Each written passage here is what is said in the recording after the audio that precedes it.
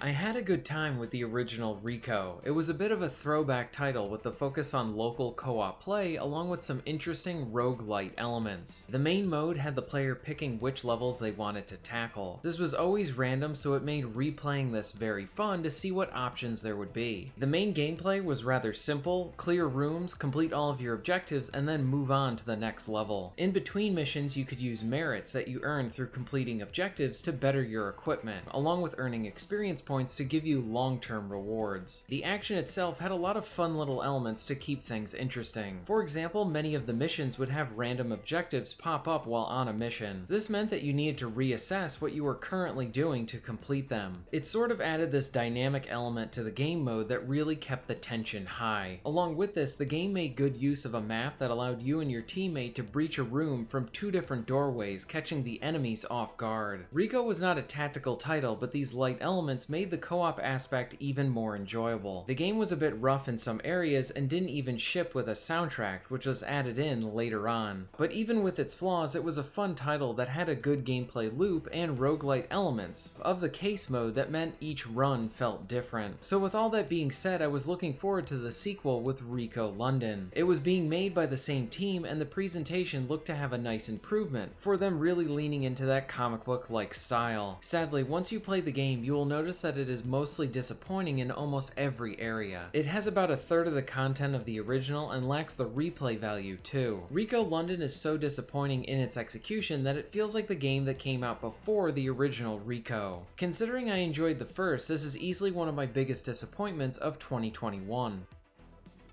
Freeze! Please! Damn it!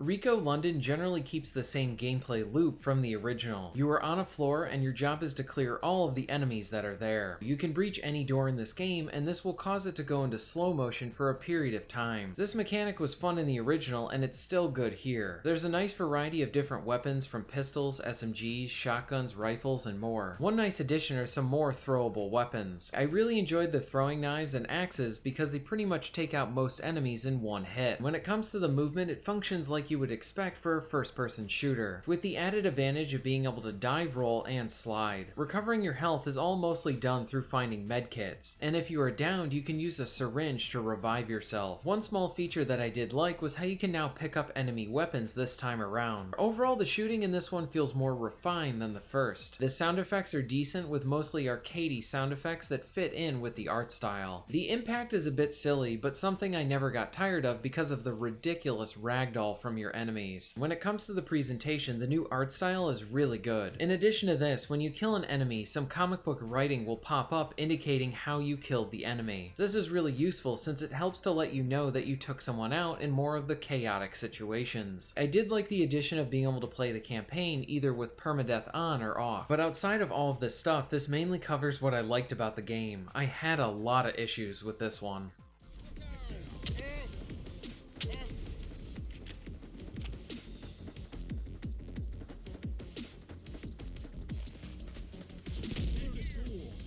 Moving to... Oh, shit! Got it!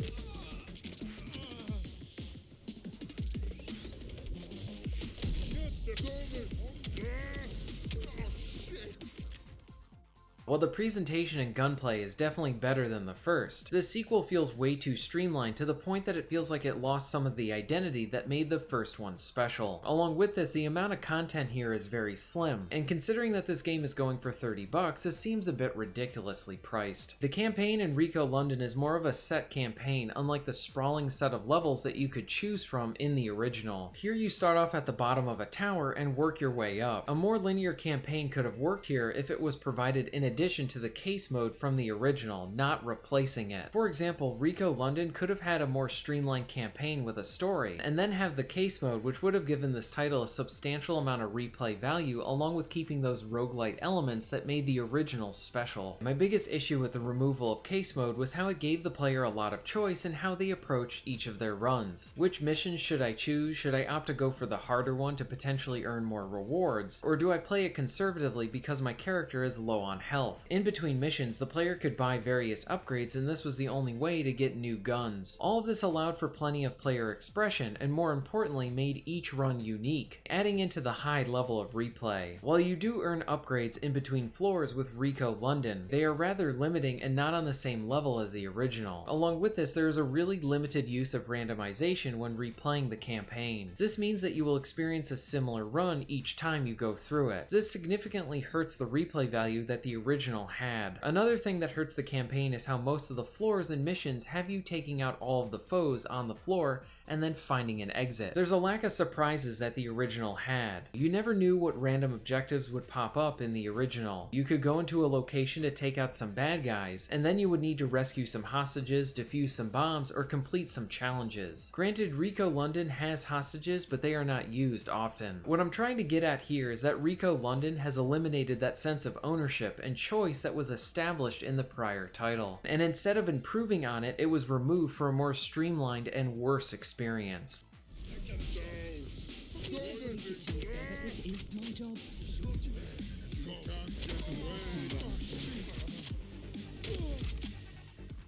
Going along with the streamlined nature of this game is the removal of the map. The original's map allowed you to see how big of a space you were in, what rooms there were, and what entry points there were as well. This was really useful in co-op as you could coordinate with your partner to approach a room from two different sides. That isn't the case in RICO London. For one, the map is gone, and two, many of the rooms only have one entrance, which means you need to wait for your partner to breach until you can get into the action. In that way, the co-op feels more tacked on rather than integrated into the experience. Now, RICO London could have been a flawed but fun experience if it did what it tried to do very well, but that is not the case here. RICO London has its own issues. For one, the enemy melee attacks are very inconsistent. For example, the player may take damage from a melee enemy before he hits you with the bat. Many times you take damage right as he's about to swing. Sometimes you take damage after a full swing as well. It is very inconsistent and does not provide the player with useful information to dodge these attacks. In addition to this, the medkits that you can pick up can feel inconsistent from floor to floor. Maybe it was a bug, but sometimes I could never find any. Floors also seem to last just a bit too long, and they usually end up feeling like a slog. I think if there were more floors and it took a shorter amount of time to complete them, that would have improved the pacing for the game. There are also bullet spongy enemies, from the SWAT soldiers to the lackluster mini boss fights, and these are not fun to fight. Enemy grenades can feel really cheap as they have a huge blast radius and can even damage you through objects. I had one hurt me through a table. The enemy AI is also really dumb, and at times they don't even engage you or try to hunt you down. The campaign will only take a few hours to complete, and with the absence of a true roguelite mode, there's not much reason to return back to this. The original had a standard horde mode, and that is absent here as well. To the game's credit, there is a story here, but it isn't that enjoyable, and while the cutscenes are okay to look at, I had one with an audio bug and none of the dialogue came through. The original had its fair share of flaws, but it had a good gameplay loop that made it enjoyable to play and keep playing. This sequel is just very disappointing.